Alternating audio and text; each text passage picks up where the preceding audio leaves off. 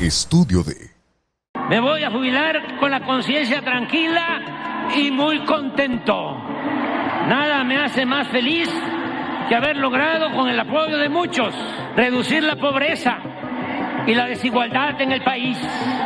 Me voy también tranquilo porque a quien entregaré la banda presidencial es una mujer excepcional, afín a los principios fundacionales de nuestro movimiento. Además, me retiro con el orgullo y el honor de haber servido a un pueblo bueno, trabajador, inteligente, fraterno, heredero de grandes virtudes y valores de los antiguos mexicanos. Dejamos de manifiesto que el poder solo tiene sentido y se convierte en virtud cuando se pone al servicio de los demás. Tengamos presente que la vida es demasiado corta para desperdiciarla en cosas que no valen la pena. Y no olvidemos que la felicidad no reside en el dinero, en las posesiones materiales, en los títulos, ni en la búsqueda del poder por el poder. La felicidad es estar bien con uno mismo, con nuestra conciencia y con el prójimo. Gracias de corazón. ¡Que viva el pueblo de México! ¡Viva México! ¡Viva México!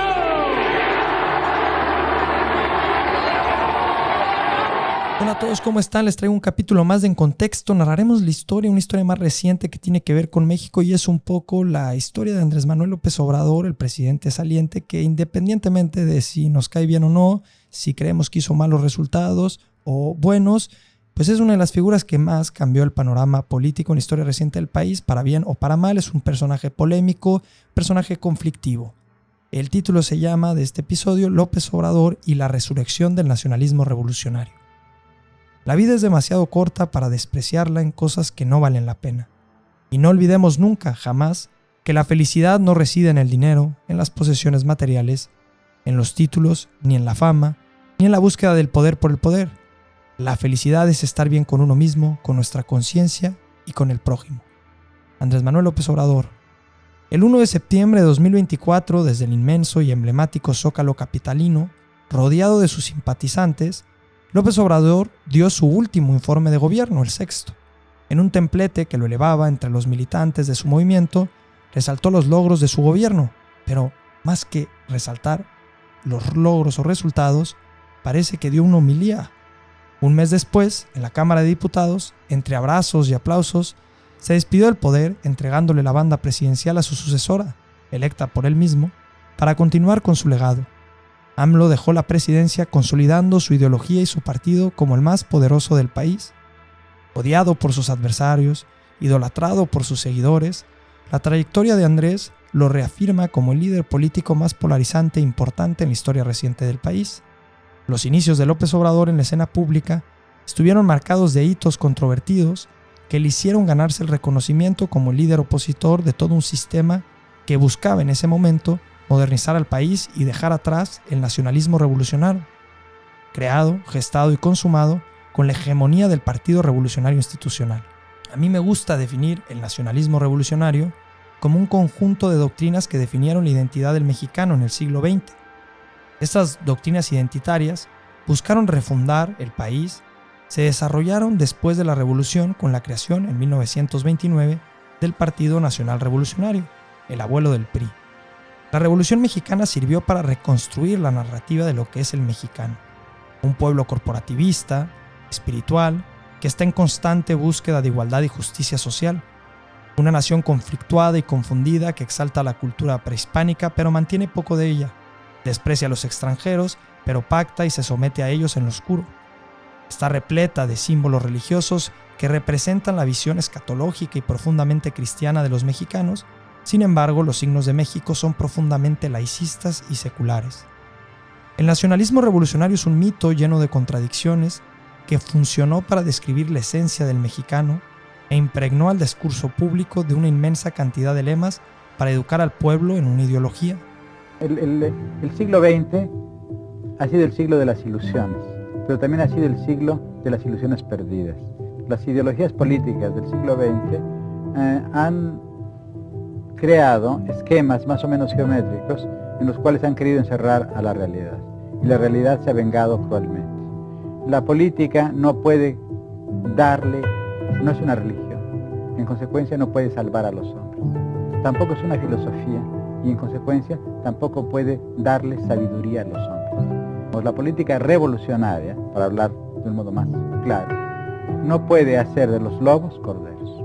No los ha hecho. Al contrario, ha convertido a los lobos en lobos más lobos. En consecuencia, yo no creo que la política pueda ofrecer una solución a los problemas fundamentales de la condición humana. Estas doctrinas estaban dotadas de un profundo pragmatismo que le permitieron al partido en el poder adaptarse a las diversas tendencias políticas de izquierda, centro y derecha. López Obrador es hijo de ese sistema, se educó en esas doctrinas, y cuando ellas se desgastaron, porque el panorama geopolítico unido a la globalización demandaron un cambio de paradigma, el expresidente se opuso a esa visión, recuperando lo que quedaba del discurso nacionalista revolucionario. Conflictivo, humilde y soberbio, movilizador, predicador y aguerrido, Andrés Manuel resguardó el sentido mítico del nacionalismo revolucionario y lo mezcló con las narrativas de izquierda que surgían en el mundo, advirtiendo que la excesiva fuerza del capitalismo, promovida por presidentes como Reagan o la primer ministra Thatcher, no resolvería la desigualdad en el mundo. En el caso de México, el gran rival de eso, o el que encabezaba esa ideología, se podría decir, era Carlos Salinas de Gortari.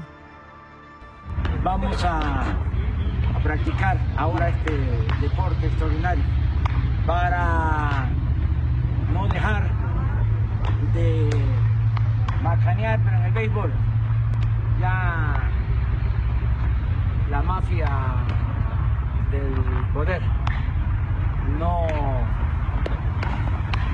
da pelea, nos estamos apaleando mucho. En 1996, con la cabeza llena de sangre, liderando un grupo de indígenas, tomó las plantas petroquímicas en Tabasco, oponiéndose a la supuesta privatización de Pemex. La sangre corría por su frente luego de ser golpeado por elementos policiales que intentaban diluir la protesta. Con 42 años y su afán combativo, su habilidad para tocar territorios, hicieron que su figura política ascendiera. Pronto se convertiría en el emblema más importante del único partido en teoría de izquierda sólido en el país, el Partido Revolucionario Democrático. Con el tiempo, desplazaría figuras como la de Cuauhtémoc Cárdenas y cuando el partido se negó a seguir cumpliendo con sus deseos, fundó Morena, un partido hecho a su imagen y semejanza, que con tan solo 13 años de existencia ha acumulado un poder omnipotente en casi todo el país. El 3 veces candidato presidencial era un férreo opositor que despreciaba a los técnicos en la política, que intentaba enterrar a los políticos de gabinete del acuerdo para fomentar e institucionalizar su narrativa dialéctica, un discurso conflictivo entre buenos y malos. López Obrador se despidió de la presidencia con los índices de aprobación más altos en la historia reciente del país. Designado por sus fanáticos como el mejor presidente de la historia, acusado por sus adversarios de un autócrata que puso en riesgo el destino del país, el hombre que prometió salvar al país regresó el modelo de régimen político propio del nacionalismo revolucionario, en el que el partido hegemónico dicta el presente, el futuro y la identidad de la nación sin apreciar la pluralidad ni fomentar el libre pensamiento. Orgullosamente tabasqueño, Andrés Manuel nació en el poblado de Tepetitán, rodeado de lagos y ríos en una selva tropical. Creció en una familia de formación católica, pero sin una práctica constante de la fe. Su admiración por Jesucristo la ha expresado en diversas ocasiones, pero lo hace desde una perspectiva de lucha social. Andrés Manuel es profundamente espiritista. Como buen mexicano que crece en la ruralidad, su espiritualidad se mezcla con las tradiciones propias del lugar, creando un sincretismo supersticioso pero lleno de fe. Su padre era comerciante, de clase media, y con 7 hermanos, uno fallecido por un accidente que el joven Andrés presenció, creció en un hogar numeroso, propio de las familias rurales mexicanas. En 1968, decidió entrar a la política inscribiéndose al PRI, mismo año en el que el gobierno en el poder orquestó la matanza de Tlatelolco, uno de los peores crímenes de Estado que se han cometido en el país. En 1973, se mudó a la Ciudad de México para estudiar ciencias políticas en la UNAM. Su afán por trascender en la historia como una de las figuras más relevantes lo hicieron compararse desde que era estudiante con los grandes héroes de la patria. En sus discursos introduce un recorrido histórico sencillo creado por el nacionalismo revolucionario para explicar que su movimiento, la Cuarta Transformación, es una revolución de las conciencias pacíficas que trascenderá en la historia al grado de la independencia, la reforma y la revolución. ¡Mexicanos! ¡Mexicanos! ¡Que muera la corrupción! ¡Que muera la avaricia! ¡Muera el racismo! ¡Muera la discriminación!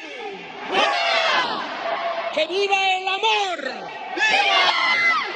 ¡Vivan los trabajadores mexicanos que son de los mejores del mundo! ¡Vivan nuestros hermanos migrantes! ¡Vivan los pueblos indígenas! ¡Viva la grandeza cultural de México! ¡Vivan todas y todos los mexicanos! ¡Viva la Cuarta Transformación! ¡Viva México! ¡Viva México! ¡Viva México! Su afán por ser venerado e introducirse en la historia de México se ha manifestado en diversas ocasiones, como cuando afirma que su única aspiración es ser un buen presidente, o con su excesivo afán de cambiar el diseño del sistema político a través de reformas constitucionales. Su primer mentor político fue el izquierdista Carlos Pesiller, poeta que entendía la vida pública desde una visión espiritual, al pueblo como un ente existente lleno de cultura y tradición. Con su irrupción en la política, Andrés Manuel regresó a Tabasco en 1977 y dirigió el Instituto Nacional Indigenista, en donde en sus propias palabras vivió entre los más pobres de los pobres. Su vida en las comunidades le hicieron generarse una idea de democracia limitada a la sabiduría ancestral de los indígenas, negando los avances teóricos sobre los demócratas modernos. No entiende el pluralismo de John Rawls ni el multiculturalismo de Kimball.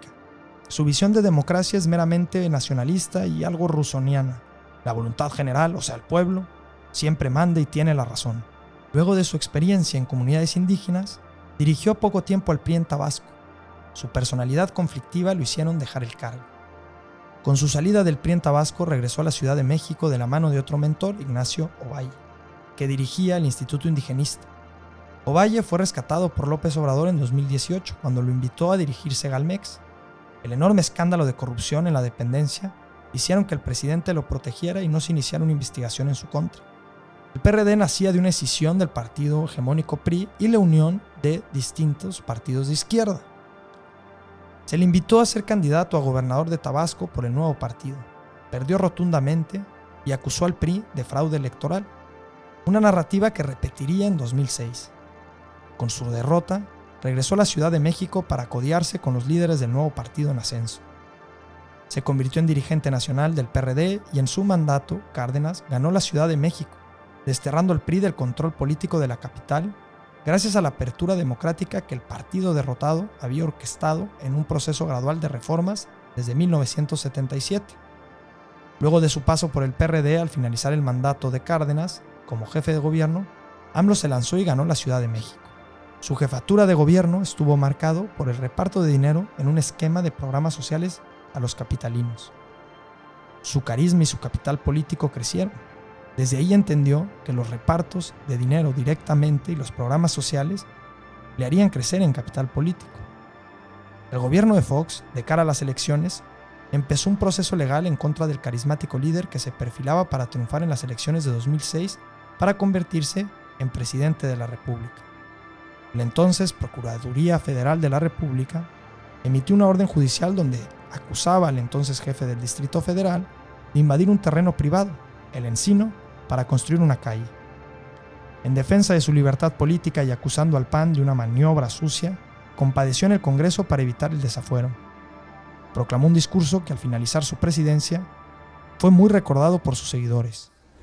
Ustedes me van a juzgar, pero no olviden que todavía falta que a ustedes y a mí nos juzgue la historia.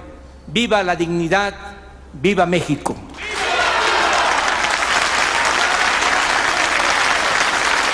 Diputadas y diputados, ciudadano presidente, en uso de mis derechos, me retiro. Es todo lo que yo tenía que decir. Muchas gracias. Ustedes me van a juzgar, pero no olviden que todavía falta que a ustedes y a mí nos juzgue la historia. ¡Viva la dignidad! ¡Viva México!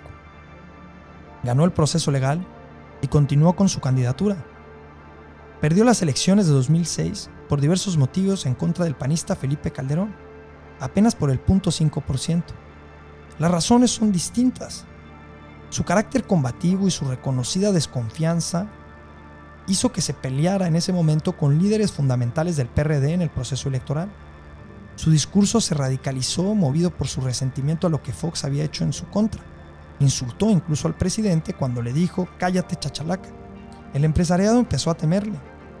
Existió una campaña de contrastes en la que lo denominaron un peligro para México. Ahora resulta que los segundos pisos y las pensiones de López Obrador se hicieron con buen gobierno, ahorro y honradez. ¿A quién quieren engañar? López Obrador permitió estos delitos. No se puede confiar en él. López Obrador es un peligro para México. Comparándolo con Chávez.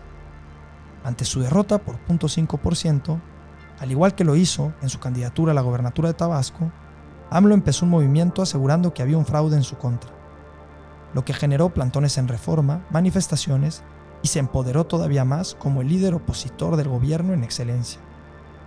En 2012 volvió a competir y fue derrotado por Enrique Peña Nieto. Eso generó fricciones con el PRD y su derrota lo hicieron fundar un nuevo partido que aglomeraba a sus simpatizantes, con el discurso de que Enrique Peña Nieto nos llevaría al despeñadero. En 2013 fundó Morena. Morena se convirtió en el refugio de muchos descontentos con los últimos gobiernos priistas y panistas. Andrés Manuel denominó esos 36 años de neoliberalismo, diciendo que lo único que había sucedido se habían aumentado las desigualdades y se había sometido al pueblo al capital de unos pocos, a los que llamaba minorías rapaces. Después de fundar su partido Morena, empezó a ascender su discurso. Muchos críticos al descontento que había habido con la transición democrática y las falsas esperanzas que se hicieron cuando el PAN llegó al poder en el año 2000, empezaron a seguirlo. El populismo estaba en boga a nivel mundial, los discursos polarizantes también, el descontento democrático y capitalista crecía en el mundo. Un líder que por muchos años hizo una crítica en algunas cosas acertada de las deficiencias del capitalismo, se llenó de fuerza. López Obrador consiguió que en su movimiento se aglomeraran de todo tipo de facciones y partidos, todos los críticos y descontentos con el sistema que él después llamaría la mafia del poder o el preanismo. Para la elección de 2018, su fuerza era tanta que terminó logrando un porcentaje que nunca en la historia moderna del país se había hecho de votos, convirtiéndose así en el presidente de los últimos sexenios que con más apoyo popular llegaba. Parecía que en este sexenio, en su sexenio, cambiaría la forma conflictiva y combativa, pero fundó algo que se llama las mañaneras. Todas las mañanas se dedicó a golpear a sus contrincantes y a reafirmar ese discurso de joven. Calderón declaró la guerra y le pegó un garrotazo a lo tonto, al avispero, y nos metió en todo esto. Y va vestido de militar. Se pone un chaleco que hasta le quedaba grande, parecía el comandante Borol. Que siempre tuvo en contra de ciertas élites abstractas, o de fraudes, o de teorías conspirativas. El miedo que generó Andrés Manuel en ciertos grupos políticos hizo que se polarizara más el país. Pero los resultados de su gobierno para la gente fueron eficientes. No en materia macroeconómica, aunque hubo estabilidad, poco crecimiento, pero estabilidad, o algo de estabilidad, ni en materia de seguridad, donde pues se consumó el sexenio con más homicidios en la historia del país, ni en salud pública, porque la cobertura a salud empeoró, ni en educación pública. Su gran éxito fueron los famosos programas sociales y su discurso. Se legitimizó ante la gente, su credibilidad creció. Su partido empezó a arrasar en las elecciones intermedias, logrando resultados inesperados, controlando casi todo el país, volviendo así al régimen del nacionalismo revolucionario, un discurso comunitario, corporativista, lleno de mitos. Es curioso que Andrés Manuel le dedicaran tantas mañaneras a explicar problemas desde la historia, pero narrando la historia oficial del priismo. Es historia que adoctrina. Todos sabemos que ningún personaje en la historia de México ni de ninguna nación fue todo bueno o todo malo. Todos sabemos que quienes narran la historia son los vencedores, como decía Orwell. Cuando uno estudia los fenómenos políticos de México que el mismo López Obrador exalta, como la independencia, la reforma y la revolución, se dará cuenta que ni Benito Juárez era tan bueno ni tan malo, ni que Porfirio Díaz era también tan bueno ni tan malo. También se dará cuenta que la motivación para que Miguel Hidalgo quisiera que la independencia de México se fraguara no era lograr justo una soberanía, sino más bien oponerse a los Bonaparte, que ya habían invadido España. Iba Fernando VII. Así lo dijo también Hidalgo. También uno se da cuenta que los sentimientos de la nación, donde por primera vez se concibe en Morelos la historia de México, la idea de ser una nación independiente o crearse el Estado mexicano, es un fragmento reducido, importante en la historia, pero con muchas carencias intelectuales. También, y podemos seguir, uno se dará cuenta que Madero, fuera de predicar la democracia, no supo ser un buen estadista, no sabía cómo resolver las problemáticas del país. Uno se da cuenta que Elías Calles quiso institucionalizar y crear el nacionalismo revolucionario para tener control político. Y así, al hacer el análisis de la historia de México, no es tan sencilla como Andrés Manuel lo expresa. Un pensador estadounidense, Jonathan Haidt, dice que uno de los grandes problemas del mundo actual es que cree que el mundo se divide entre buenos y malos. Es la narrativa que permea. Eso reduce la realidad, porque el ser humano es complejo. La presidencia de Andrés Manuel también. No todo fue malo ni todo fue bueno. Lo que es real es que con sus reformas constitucionales, con su constante combatir a las instituciones creadas para él en el régimen neoliberal que no trajeron en teoría ningún beneficio a México, no se resolvieron problemáticas como la inseguridad ni la salud, y al revés, se estigmatizó a grupos distintos de poder, generando inclusive una narrativa de odio, fomentando el odio ante ellos. No voy a decir que Andrés Manuel polarizó a México. México estaba polarizado, es un país demasiado desigual, sumamente desigual. Los malos gobiernos, los excesos de los gobiernos pasados generaron desconfianza, pero él tampoco está libre de manchas. Nadie explica realmente qué está pasando en los contratos, porque lo lleva el ejército del Tren Maya, en el caso de Sonora del Tren de Nogales.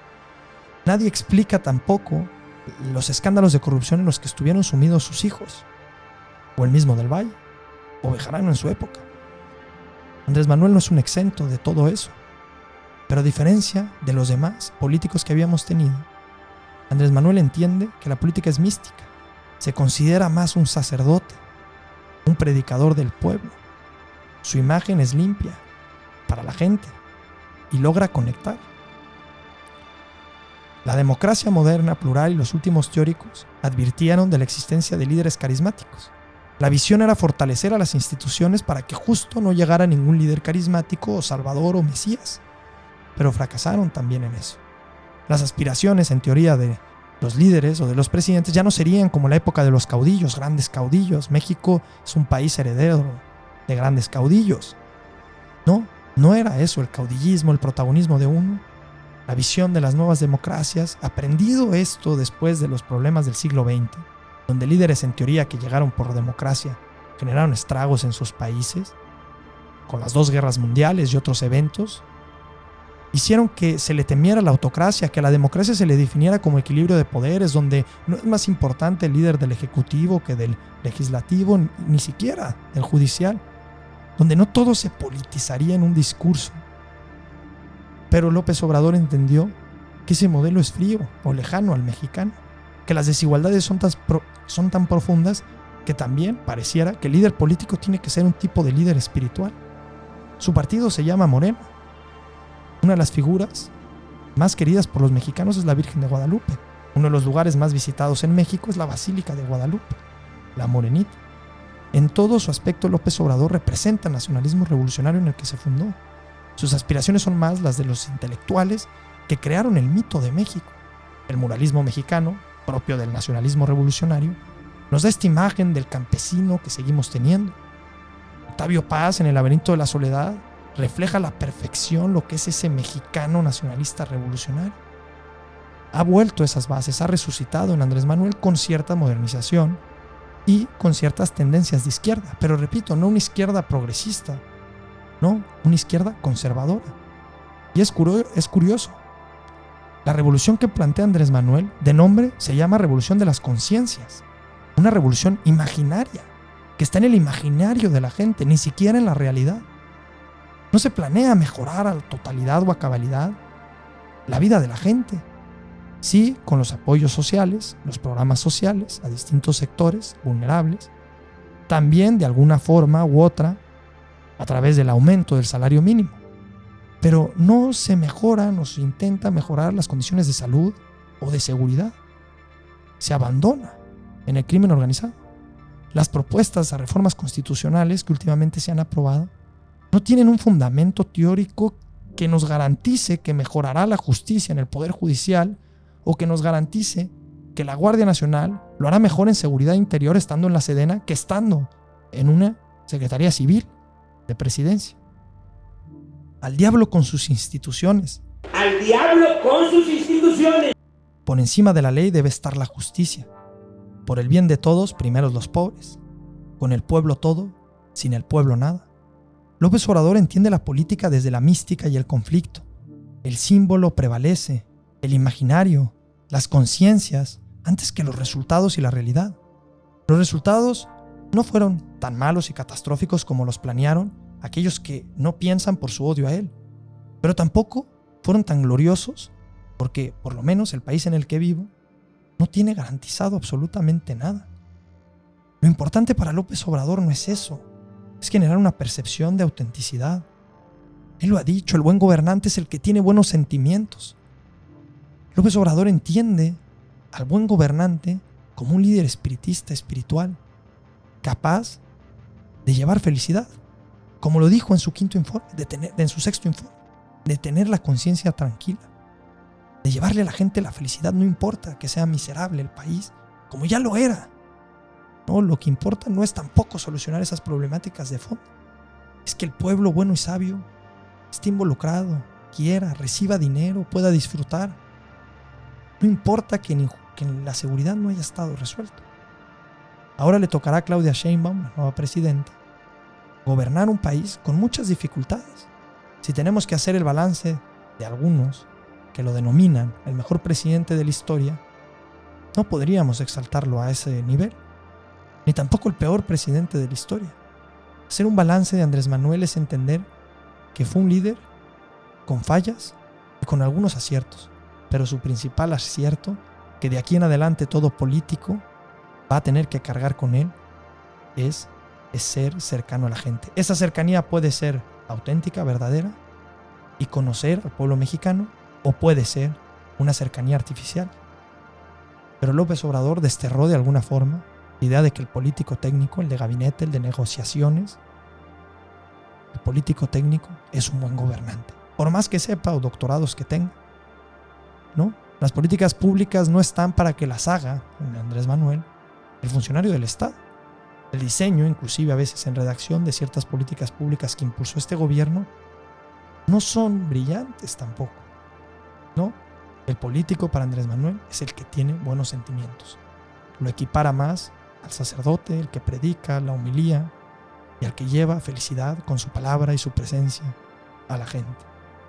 López Obrador, como muchos otros presidentes, tuvo fallos en muchos ámbitos y algunos aciertos. Estudio D.